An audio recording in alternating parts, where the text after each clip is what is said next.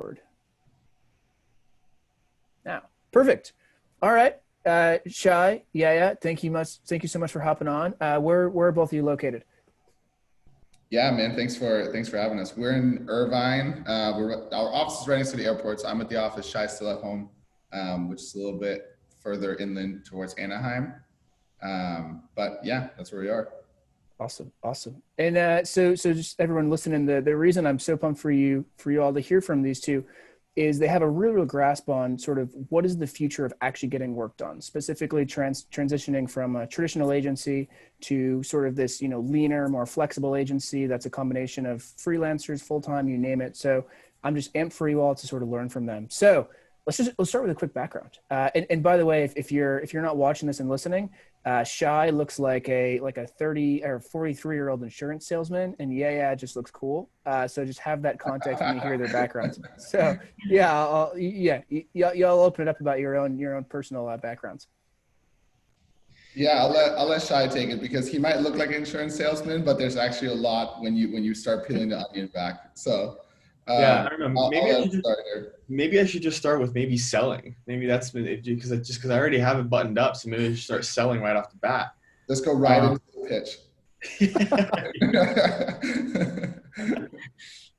Yeah, I mean, the background of where myself and Yaya kind of came about and where the company kind of came about is really interesting. I'll kind of speak a little bit about my background. I'll have Yaya kind of speak about his and kind of how we formed the company to begin with, just because I think it's kind of a natural way of how we even just created this type of anti-agency, or so to speak, what we call shadow creative studios. But my background was primarily with Deloitte. I started off, entry level as a business technology analyst for Deloitte, and I made my way up to consultant. And I was there for about 3 years. And primarily I worked in digital transformation, user experience, whether it was, big time ERP, kind of implementations where we're looking at e-commerce, we're looking at CMS, we're looking at backend, we're looking at operations and sales, or was just as simple as how do we connect a user experience together on a mobile application or something like that. So I kind of worked on more of the front end functional piece for Deloitte, but during that time, had a really good grasp of how Deloitte Digital, which was the agency piece of one of the service lines within Deloitte Technology Consulting, how they were moving, how they were signing projects, how were they doing proposals, how were they, basically scoping out work and aligning teams together. So it was a really interesting experience that I then took to Molina, kind of went industry side and kind of went towards the back end. I had a lot of experience in the front end and looking at customer experience, but I wanted to learn more about data. So I entered in as a product manager for Molina, more on the healthcare side, which is a little bit untraditional from going from, Deloitte Digital customer experience and going healthcare, which is super slow and people say it's boring and 40 years behind life sciences always. But it was a fun mix of understanding, front end and back end, and now how the data is really used to translate into insights for, the customer at the end of the day, or the users, or the people that are interacting with the company. So that was the background. And at that time, Yaya and I started to think about, okay, we want to open up Shadow while I was actually at Molina. And I'll kind of let Yaya kind of talk about his experience when we started to open it up. But that's just a little bit about, kind of my previous experience before opening up the agency and kind of some of my skills in that front. Awesome. Yeah. Let's, I kind of want to say let's party, but instead let's hear your side. Yeah, I think that's a good segue because my story is exactly the opposite from Shai's story. So I met Shai when I came over here. I was going to college. I was going to junior college next to the actual real school that he was going to. So so that's how we met. And eventually I left, went to Chicago for a couple of years to go to the Art Institute up there. Dropped out in classic Yaya fashion, art school dropout. I don't think it gets any more descriptive than that, really. Came back here, got a regular 9-to-5 job. I was working for a staffing agency called Robert Half. My title was senior design consultant or something nonsense like that, but really I was just the jack of all trades that they were just plugging into different positions. Sometimes I was a graphic designer, sometimes I was, more of a lead in some of the projects, but The biggest project that I had was for a local real estate firm. So we were just working on their pitch books, their offering memorandums, all these different things, and it was pretty cool. But it was real estate, and it was a big company, and it was just super corporate. Not full on suit, but pretty dressed up every single day going there. And I liked it. Everyone was super nice, but I just knew it just wasn't for me. Just that the way that worked, and the fact that I was working on $42 million deals and was getting paid 42 cents an hour. Like, I'm over exaggerating, but you get what I'm saying. Like that whole thing, it just, in my brain, it never made sense. I could never wrap my head around it. I could never wrap my head around the fact that if I work more and if I work harder, they're just going to keep giving me more work. There's no light at the end of the tunnel. There's no, I'm done at 2:00. You can just go home now, right? It's just, so you're done at 2:00 and you just sit there and you hope that no one realizes that you're done. And then at 4:55, you're like, oh, I'm done. There's only 5 minutes left, so I guess I'll go home. So like that whole thing, it never made sense to me. I did that for 6 months or so. And just set out on my own. And I just said, I've always been of the conviction that I'll rather go and make my own luck than have other people do it for me. So set out on my own. I felt like I made a couple of pretty good connections through just those 6 months to set out and start freelancing. At the same time too, I was CrossFit coach on the side as well. And that actually happened to just be the best combination of all times, because of the gym that I was working at had a bunch of executives, a bunch of, kind of top level people, and it was in Newport Beach at the same time too. So most of the freelance business actually came from the gym, just meeting people through there. So that was my life for like 3, 4, almost 5 years probably at that time. So just coaching was more at a full-time position, whereas graphic design was kind of, I was just doing it on the side, make an extra $500 so you got drinking money for the weekend. That's really all it was. And then, Shai and I always had that idea to eventually go into business together. So funny story, actually, Shadow initially, when we were in college, where the name came from, it was supposed to be a clothing brand. So just like every other college kid, we were going to start, like a t-shirt company, basically. And that's when we started doing the name, we started doing the logo, we started doing all these different things. And then it never actually happened, but we just took the name and the logo and just because we always loved the name. So we just kind of transitioned it right into the agency. So so at that time, we started talking a little bit more serious about it. I think I was pushing for it more than Shai wanted to at the time. So, I kept bringing it up. I kept pushing for it. Eventually, we got a contract that made the whole thing happen. And then, now here we are.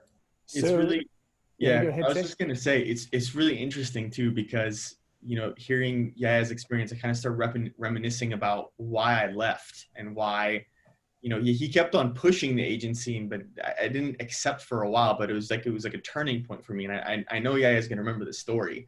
Kind of the opposite of what freelancing was and kind of what Yaya was describing. You're kind of done at 2, but you kind of wait until you have to go, and not specifically just Deloitte, but I think just, corporate companies and consulting in general, it's just cutthroat. That business, that industry, it's so competitive that if you're not working, people are like, what are you doing? So it's 80-hour work weeks. You're there until, if I'm a consultant on the project, I'm a BT, I'm the lowest junior on the project, and I'm on the floor, I'm waiting until everyone goes home. Everyone needs to see me still at my desk when they're walking back. And it's ridiculous. It makes no sense. But for some reason, in that industry, in that culture, it's, okay, he's sitting at his desk, let alone I was watching YouTube videos or watching the Lakers play at 7 p.m. But they're like, oh, he's working. That guy's working hard. But I do remember my last project. I was working for a, can't really say the name of it, but basically a bio company in San Diego. And it was such an intensive project that, literally I was about around 90 hours a week. And I'm really not exaggerating from that. Yaya can attest to it. It was basically He really isn't. I didn't see the guy for almost 2 years. And when I saw him, he just looked like a straight zombie. Yeah, just Monday through Sunday, basically working. I mean, a few hours on Saturday, really to just kind of get some stuff done. But you're at the office around 7:30. You're leaving around 7. You got an hour for dinner. Then you're on offshore calls from 8:30 to 1. You get some work done until 2:30. You wake up at about 5:36, and you start the whole thing over again. And I remember waking up in the middle of a night on a Saturday night, and I was just laying there, and my entire back from stress and unrest and just being tired was completely like, I use the term paralyzed, not necessarily, but I felt like I couldn't move. So I was calling a bunch of people trying to get myself to urgent care. I finally had to call my cousin, like using like my foot on my phone to like come, and he had to come and literally pick me up and take me to urgent care. And they had to put like 2 shots of, I don't know if it was like a cortisone or something, just to release pressure in my neck, just to relieve the pressure on the back. And I'm just sitting there in the doctor's office or in the urgent care spot. My cousin looks at me, he goes, dude, I just think you got to change your job, man. He's like, I don't think you can do this anymore. Which was the turning point for me to kind of go back to that and go, you know what? I think I'm done with this. I need to go find maybe an industry job to kind of just, release the pressure a little bit. I'll do the 9 to 5, because the 9 to 5 sounded like heaven compared to what I was doing. And then we kind of started it in line with when I started at Molina. We kind of spun up the company, and Yaya was full-time for a long time before I showed up. He was taking care of everything, whether it was, clients, it was HR, it was finance, it was legal. I mean, there was a lot of things that he was doing in that first, I would say, year, Yaya, I think, that we were up and running. Yeah, I was going to say, that sounds about right. That first year. And it was a fun transition of, I was definitely helping, but it was outside of work. It was now working on contracts, working with him, working on how do we, sell certain proposals. And it might have been the same amount of hours that I was at Deloitte, because you do 9 to 5, and then you go and help at night, and you're kind of working through, building both to eventually do one thing. But it, and this is credit more to Yaya than to myself. He kind of opened up my eyes of seeing, yeah, but you're working for you. You're building something that's for you. You're going to see the results of it, growing, over time. And yeah, you'd get tired, but after 6-7 months, you start to see what you're building, and you're like, you know what? I don't even want to do this thing at Molina anymore. Let's find something where we can build some momentum, and why don't I just leave and go full time? So it's interesting to hear Yaya's perspective on it. And then you start reminiscing, like, damn, this is really how it started for me too. And he's a big proponent of why, Shadow is where it is today, is because he did that pushing for me to see the light of, more of the founder route and the entrepreneur route. So for anyone that's thinking about freelancing, the summary is use your foot to call a doctor, to call an ambulance. Is that the 2-second takeaway? I think that could be a takeaway for sure. Yeah, I think what I love, what's interesting is, so I actually started freelancing, then went corporate. And so started with that sort of, work is awesome. Work is something that I would, I'd work from like 10 p.m. to 2 a.m. just because I wanted to. And then I jumped into corporate, and I was like, this totally sucks. And I had the same experience as you all, where it's like, it's 3 p.m. I don't have any work to do, but I definitely don't want people to start adding more work on and think that I'm this super hardworking person, because it just means more work. So I can totally relate there. And I think, yeah, your point about the coaching and being a CrossFit coach and that leading to your first gig. So for me, my first freelance project was my baseball instructor. And so like during a lesson, I remember him telling me, I want to start a business. And I was like, oh, that's cool. Well, I can like help you with finances, or I can help you with market research. And that was like, that's how I got my first project. And so I think something that I'm very excited to hear from you all, and I think that our listeners are going to take away, is if you're a freelancer, whatever you are, you kind of are always selling. And I don't really, the word selling kind of sounds gross, but in reality, it's, you always have to understand the value that you can add to someone. And all freelancing, or what Shadow can do, is instead of saying, oh, I work in this job and I can't take this project, you're always able to add value to someone. And in return, might be money, whatever it is, add value there. And so that's going to be something interesting for people to take away. I think the next thing that I really want to get into, and it's kind of related to this, is, okay, when you're a freelancer, you think you're on your own, right? And that's not necessarily true, specifically because you have to own everything. And so, you are clearly sort of the creative, the design. You went and you dropped out of art school, which is like, that's probably better than any school diploma you can have on your resume. Right. And then Shy, with you understanding the business side. you both are augmenting and amplifying the value that you can add to your clients, and you can provide this kick-ass user experience. So I think if you're listening, I really want you to hone in on the user experience that Shadow is able to sort of enable, because that's what everyone's going to have to enable as we move forward with independent work. But so, Shadow, let's just get into sort of what is it, what are some cool projects that you've done to really, really tangibly help us understand it? Yeah, just before we get into that too, I just want to touch on the couple things that you just said. You know, I think the first thing that's super important is how you do anything is how you do everything. And people truly, whether they know this or they kind of believe it subconsciously, but it is true. And whether you're in a job that you hate and whether you want to do something else, but you have to keep your 9 to 5 because you got bills to pay, you got this, you got that. At the end of the day, the way you present yourself, when I was at my 9 to 5, or when Shai was at Deloitte, or when he was at Molina, or when I was coaching, you always want to give it 110% all of the time. You want to have a smile on your face. No matter how much it sucks, no matter how much you don't want to be there, there is something to say for people that are in a position that they don't want to be in, but are still able to present themselves in a professional manner, do the things that are required of them, and do all of it with a smile on your face, because at the end of the day, you're going to have to be there. Like, there's no reason for you to just hang your head or be depressed or be mad at the people around you, because it's not their fault that you're there, right? It's at the end of the day, it all comes down to you. And I think a lot of entrepreneurs and founders, the situation that they find themselves in is that you need a 9 to 5 until a certain time to pay your bills, and you're moonlighting on whatever else you're working on. So then it's just as important to work hard during your 9 to 5 as it is to work on your startup, as it is to work on your founder, because at the end of the day, this is always how life works. And at the end of the day, someone from your current job might start investing in your startup. They might be your first customer. They might be your first client. They might know a guy that knows a guy that knows a guy. You know, it's always, you always want to keep all of those relationships open, because, you know, we always talk about luck surface area at Shadow. It's, you want to put out as many possible things as you possibly can, because it increases your luck surface area. When people like Bezos or Steve Jobs or Elon, you know, start companies, and people are, they just got lucky, right? They got lucky. They're here because they're lucky. And to a certain extent, that's true. Look, things broke their way. I'm not going to discredit that. But the reason why is because they kept putting themselves in position where it could. They kept increasing their luck surface area where luck could potentially hit them. And being good at what you do, even though you don't want to do it, is a huge increase in your luck surface area.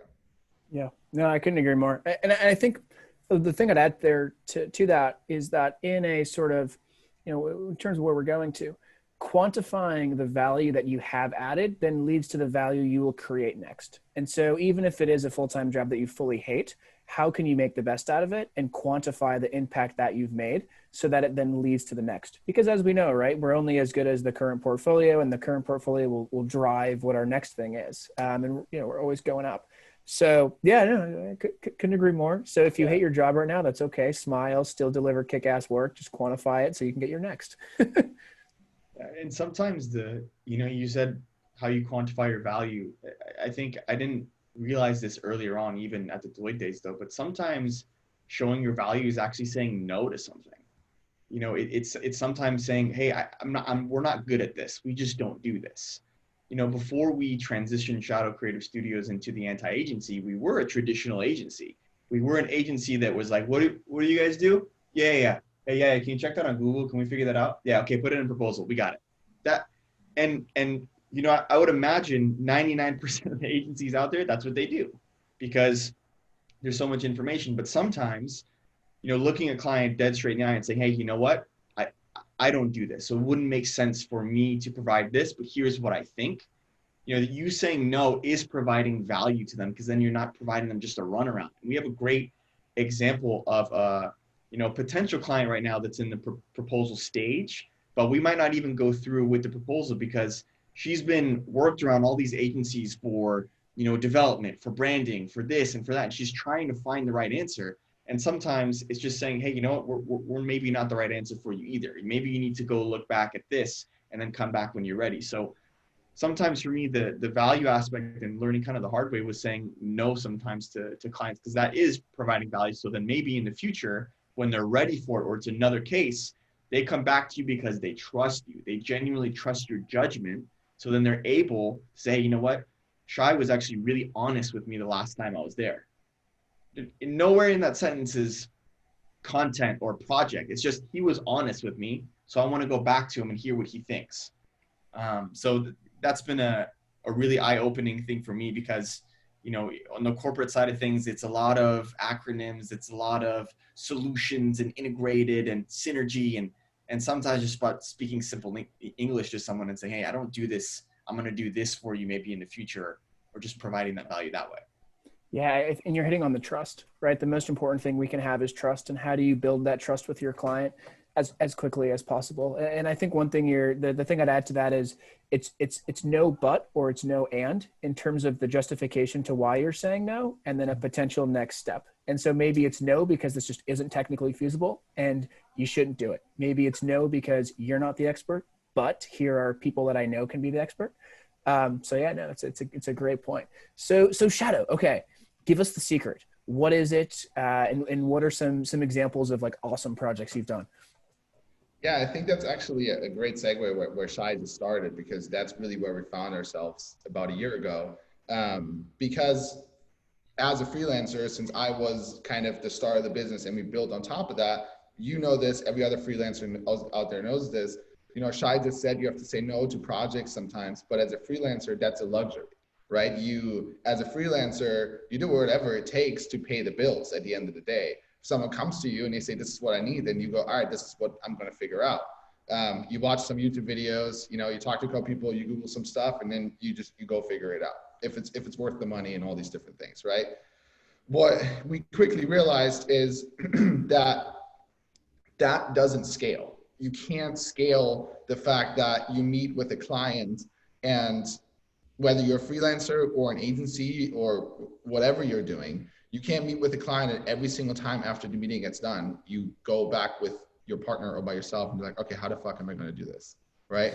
So that works up until a certain point, and I think everybody needs to do that in order to build your foundation, and in order to build credibility, and in order to build, you know, just a business in general. But then at some point, I think you have to pick your niche, and that's exactly what we did. And we started realizing this when we were on the WeWork Labs Accelerator program, and we finally had a couple mentors that we were talking to, because we've done these exercises with our clients so many times, but we've never done them with ourselves.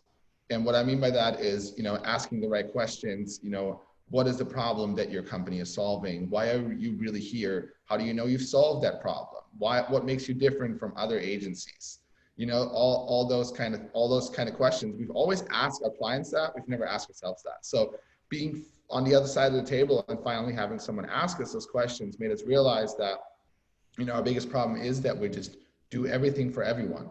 And what we believe is that, you know, being specific is a kind of bravery, because it's really easy to just market to everybody. Oh, this is going to be great for everybody. And look, you know, I'll go back to Bezos, or Apple, not everybody's going to invent the iPhone that actually works for everybody. Not everybody's going to invent Amazon Prime that actually works for everybody. There's plenty of people that you've never heard of in your whole entire life, but they invented some small plugin for Gmail that allows you to have a calendar in there, and they sold it for $200 million. And now they're sitting on a beach somewhere. Excuse me. Now they're sitting on a beach somewhere, and it's because they were super specific. They picked something that they're very good at, and they just honed in on it, and they just ignored everything else. So that's what we started realizing as well. And you know, one of our mentors asked us, what is it that you guys are really good at? You know, and what we realized is, you know, number one, I think we're, I don't know what is going on. I swear it's not the Rona. You know, the one thing that we realized is that what we have an advantage over is most agency owners are 40, 50, maybe even in their 60s. We're a lot younger than those people. Now, to a certain extent, that could also be a disadvantage, because, you know, Shai's dad calls it lack of gray hair. People just don't trust you when you're young. And, you know, at least they don't trust you with their business. It's not like Shai and I and me wearing a watermelon shirt can walk into, you know, some Fortune 500 company and tell them, here's how you guys should do it. They're going to laugh us out of the building. Now, what they will believe us, though, is that we're young, that we're creative, that we're agile, that we're up with the trends, that we know what the next cool thing is. They will believe those kind of things. And just that we're nimble and that we're fast, because it's only us and our small team.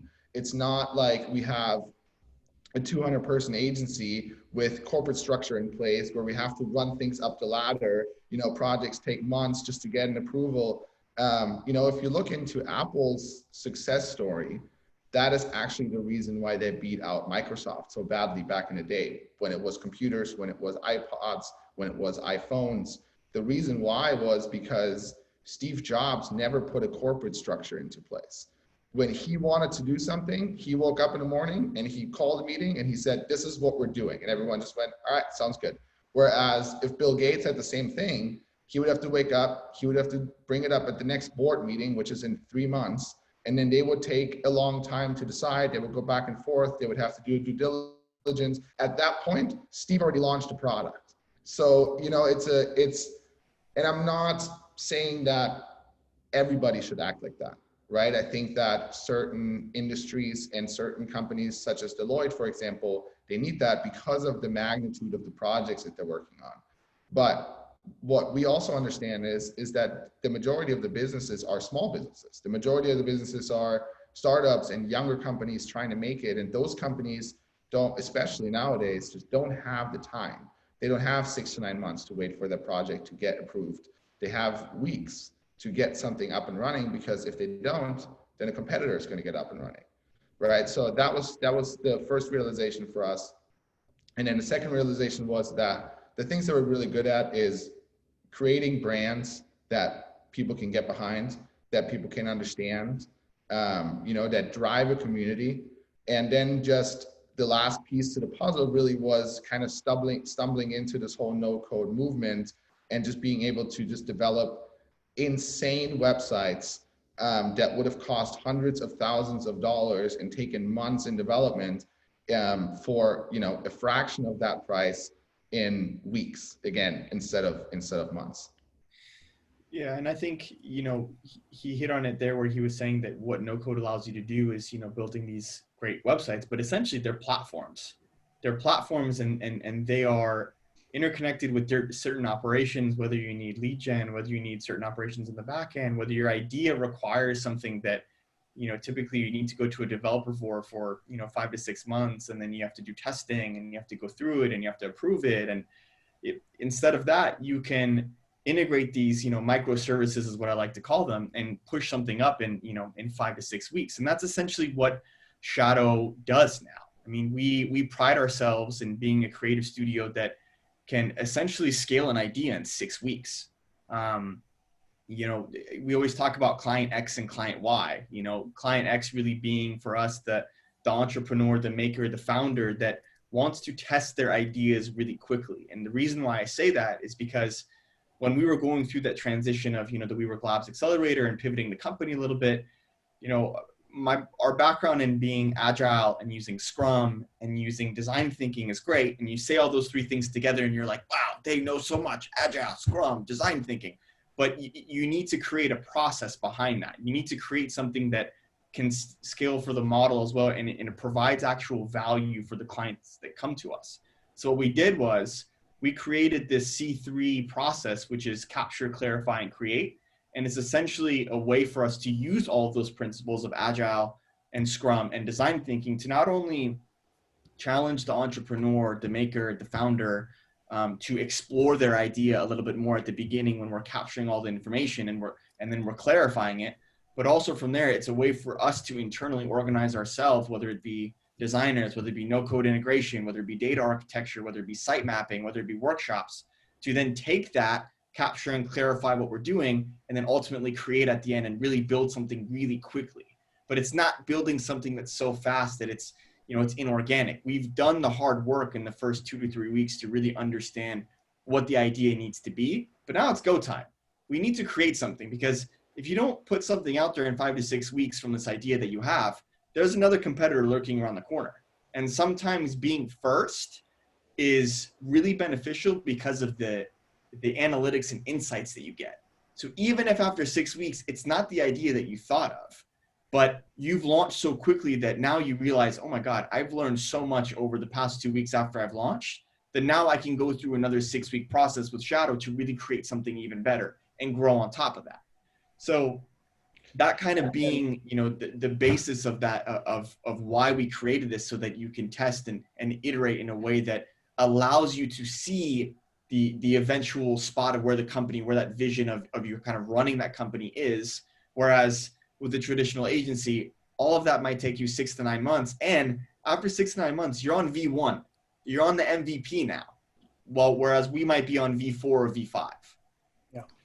Yeah, and the only thing I'll add to that is just, whether that's launching a completely new idea or just taking your idea to the next level too. A lot of the companies that we work with are startups that have been around for a year, maybe 2 years, and their cousin did their logo, they did their own website in Wix, and it works up until now. And it worked to find maybe their product market fit. It worked to maybe get, a little bit of customers and revenue stream. Maybe they were even able to raise money, and now they're looking at a little bit of a longer runway, and they're definitely looking to level up. And that's where our process comes in super handy as well, because a lot of, especially technical founders, are very good at running their company, but they're not good at the other aspects of it. They don't really understand the marketing piece of it. They don't really understand, the website piece of it. And when I say website, it's what Shai is saying. It's more of a platform. We always say, your website needs to do more than just look pretty. Yeah, you can build a good looking website to an extent on Squarespace or Wix or something like that. But then it's a landing page, right? That's all it does. Whereas with not just no code, you can also do this with the regular development. It just takes longer and takes more time. But what no code allows you to do is to build these online platforms where it's not just a website. It's also, you're capturing analytics and data. It's your hub for lead generation. It's integrated with your CRM. You have dynamic content that lives somewhere in a spreadsheet that automatically gets updated from the website and then pulls the data again back to the website. So your website is kind of this living, breathing thing that is automatically updating itself depending on users that sign up, depending on how many people are there. There's so much going on. There's data going in, there's data going out. And it's not just, a landing page that looks really cool. It has a couple pictures on it and some text. With no code, what we're able to do is, to have functionalities that weren't possible before, because you were either on Squarespace, Wix, like the true DIY builders. You were on WordPress, where everything is just plugin based, and the plugins, number one, it just slows down your site. And number two, it just is a security threat all the time, because all of those plugins are backdoors into your site. So if the plugins servers get hacked, you basically just got hacked. And now all of your data and privacy is at risk.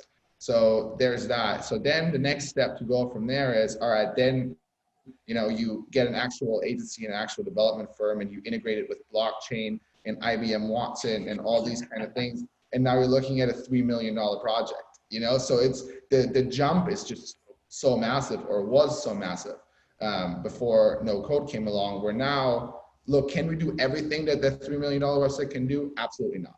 There's for sure limitations that we have in our capabilities, but to a certain extent, and for a lot of startups and for a lot of small businesses, this is enough. This is exactly what they need. And we always tell our clients this too. It's like, look, if you blow up and you are the next Amazon, more than happy to just take whatever we build, take it, and actually get your development team. It's not that we have to stick around forever. We're trying to set our clients up for success. And then, our flagship product, which is our 6-week project, is called the Launchpad, for that exact reason. We're building something for you that is a steady foundation that you can launch off of, and then hopefully, go to wherever you think your company can go. So to summarize, okay? So this is what I'm hearing. So step one is the niche, right? And it's clear, absolutely clear, that if anyone wants to talk product ideation to experimentation to scale, they need to get in touch with you. Whether it's a chief marketing officer, chief product officer, chief engineering officer, you name it. So first thing is y'all sort of picked your niche and are clear as day, sort of the experts in that. Second thing though, is you recognized your sort of advantage compared to the agency, which I would argue is speed and flexibility, which is by far the number one thing in terms of what large companies can't do and are looking for in a partner is the speed and flexibility. Now, the third thing though that's very critical that you've done is you also unlocked the process. So yeah, you talked about it where it's cool and it's fun at first when you start off and you're saying yes to everything and you're making more money than you ever had. You are working like crazy, but you have kind of this high, right? Like it's a thrill. It's like, oh my God, this is so great.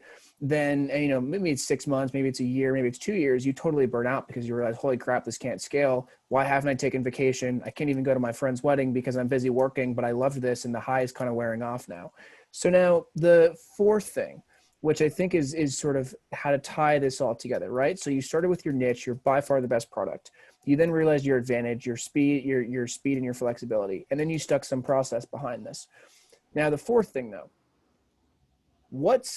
who's doing this? Because I think that's one of the major things when you think about like talking to you two, right? That's awesome. But if I'm a client, I need more than you two.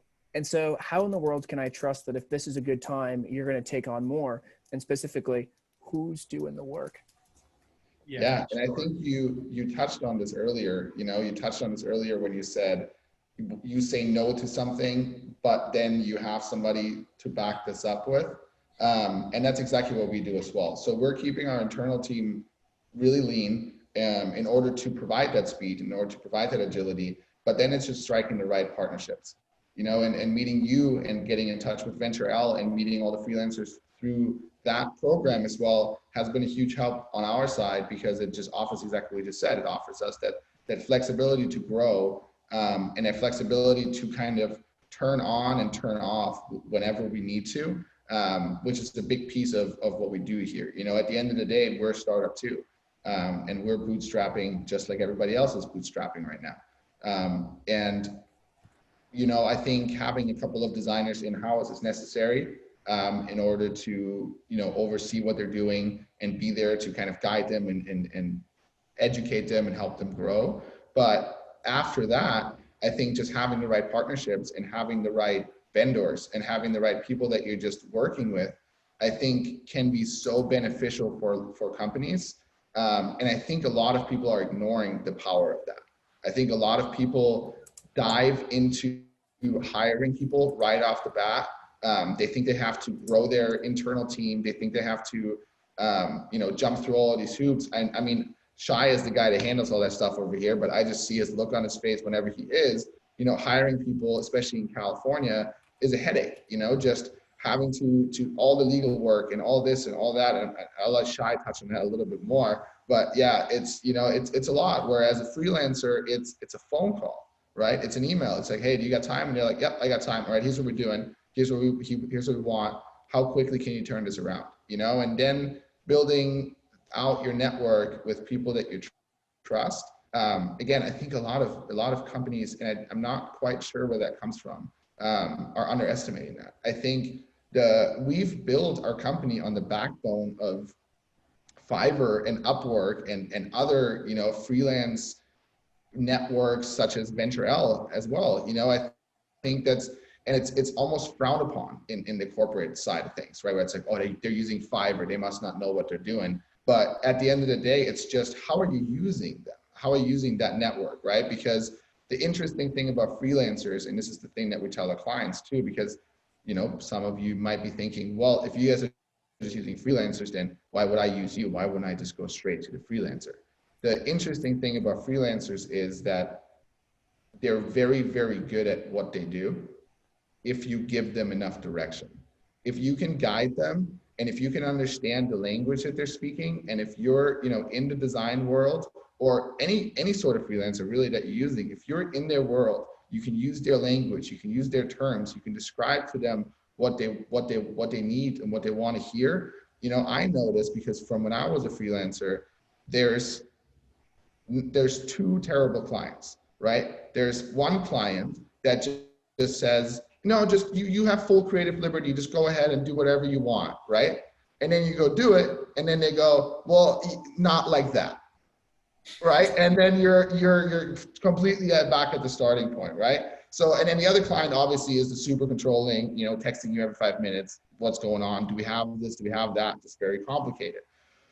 But you also, like, you want to be right in the middle. You have just enough guidance to understand what we're trying to get done. What's the ultimate goal of this project? You have timeline, you have deliverables, you have all these things, and then you let them run free. And then you let them, you know, just dive into their creativity, because then they feel reassured that whatever they're putting together is going to be what the client is looking for. You're not wasting their time by saying, put together whatever you want, and then they put something together that they want, and then it's not, because it's not going to be that, right? There's no way to get into the client's mind without understanding. So what we always tell clients when it comes to working with freelancers, look, if you know exactly what you want, or this, actually, I should take that back. It's not necessarily freelancers, because there's a lot of very professional freelancers. When we're talking about this, I'm more talking about like Fiverr and Upwork, when you're using offshore work. If you know exactly what you want, that's your play, because it's going to be very cheap, it's going to be very affordable, it's going to be very fast. But if you don't, which most people don't, most people know, you know, I want a logo that kind of looks like this, that has kind of this vibe, but that's all I know. They don't know exactly, use this font, make it this big, use this color, do all these kind of things. They just have an idea of it. If you just have an idea of it, you need somebody to take the creative work off of your plate, and kind of be that creative buffer in between you and the offshore freelancers. If you know exactly what you want, then that's your play. If it's not, you need somebody else there that can kind of bridge the gap in between what's in your brain right now and what the freelancer needs to understand in order to do his work. Gotcha. Yeah, no, and I think increasingly where we're going to in terms of the Upwork, Fiverr, sort of the, you know exactly what you want, is, to be honest, there's probably a technology that can do that, especially when you think about logo creation or things like that. And that's sort of where when we call it human cloud, just because it encompasses both humans, but then, you know, it also encompasses sort of the machine cloud, where you have, you know, logo generators and you name it, those kind of things. So, okay, you have 2 minutes on the clock, and you're going to pitch me no code. Let's assume that I'm a total idiot. I don't even know how to turn a computer on, and all you have is 2 minutes. I'm going to put the timer on, but give me the spiel. What is the deal? I can take this one. So, man, you have nothing going on. Okay. You have no background. 10 seconds by saying, I'll take this one. Yeah, I know. So let's say you wanted to start a business today that, let's say it's like a dog walking company. So you need to manage users, you need to manage, you know, what you do, what your price is. You need to manage contracts. Maybe you need to just basically provide some type of platform where people can interact with you. But you don't know anything about development, right? You know that websites require some type of development in the back end to create, but you don't really necessarily know what needs to go into that. You don't know how to manage user accounts, so on and so forth. What no code allows you to do is essentially find these microservices, whether it be Webflow. I can basically create a templated website and throw it on there, and it's ready to go in a matter of, you know, maybe an hour or 2 hours if you're using a templated site. I can use MemberSpace to manage all of my users. I basically have to pay a monthly subscription to MemberSpace. I integrate it to my site where users can basically select something, and now I'm select a plan, and now they're on the platform. Now I can manage them. And maybe I use something like Stripe to integrate all of my payments. So instead of using development and all this time to get all those pieces where you can manage it, you've now just researched, no code website, no code payment, no code user management. And you created this little ecosystem without even touching any development. So then a week from now, you can throw up the dog walking company, start reaching out to maybe the 5 or 6 clients you already started doing it for and saying, hey, start using my platform to get up and running. You don't need any technical foundation. You really just needed a vision of bringing that idea to life. Cool. Okay. How'd I do? I think it's not bad. You actually didn't hit your 2 minutes, so you technically have 30 seconds if you want to talk about this dog walking company. Because I mean, that's where my brain was fixated on. Yeah, dog walking company sounds great. I want that. Uh, no, that was awesome. Okay, this is the last thing. So we call it the lightning round. Okay, and you have less than 30 seconds to answer each question, and it's going to be totally off the cuff. And everyone knows you have not been prepared, so these answers are going to be raw. All right, who's willing to go first? I'll take it. You're a bold man. Yeah. Are we gonna go back? Are we gonna go back and forth? Yeah, it No, We'll go no. Oh, okay. Yeah, is what do they call in the pirate ship when we would just like you'd go to the end and we would just hit you off? You are bold enough. Yeah. You are on the plank. Okay, ready? First question: favorite book. Favorite book: Creativity Inc. That was quick. Nice, good. So you do read. Favorite tool. Like software tool. You tell me. It could be a hammer and a nail, but I mean, let's face it, we're all a bunch of tech nerds. So I don't. Yeah, I got sissy hands, so I'll go left tool. Last question. Favorite animal. Dog. Nice. Okay. Shai, you ready for this? Sure. You see, this is unfair because you have time to think about a book. You probably just Googled like best books of 2019. All right. Favorite book. Sprint by Jake Knapp. Nice. Favorite tool. Slack. Favorite animal. Wolf. Oh, it would be a wolf. Except I can't imagine a wolf wearing a polo. But that's a topic we'll talk about offline. That's shy. Like if you had to put it into one sentence, that's shy. The wolf wearing a polo. That's actually really good. A wolf wearing a polo selling insurance. That is right there. Stamp of approval. Hey, listen. Where can everyone find you? Yeah, so you can, I mean, if you want to check out more about Shadow Creative Studios and what we do, shadowstud.io, that's SHADOWSTUD.io. You can always reach out to myself or Yaya we're on Twitter, we're on Instagram, we're on LinkedIn as well. You can always even, send us an email, Shayan at Shadow Creative Studios or Yaya at Shadow Creative Studios. And, we're happy to just chat or even just have a conversation about no code, our process, how we started. So those are the places where you can find out more about us or even just connect with us. Awesome. Also, my Twitter is pretty fire. So at Yaya's View on Twitter, if you want to be entertained.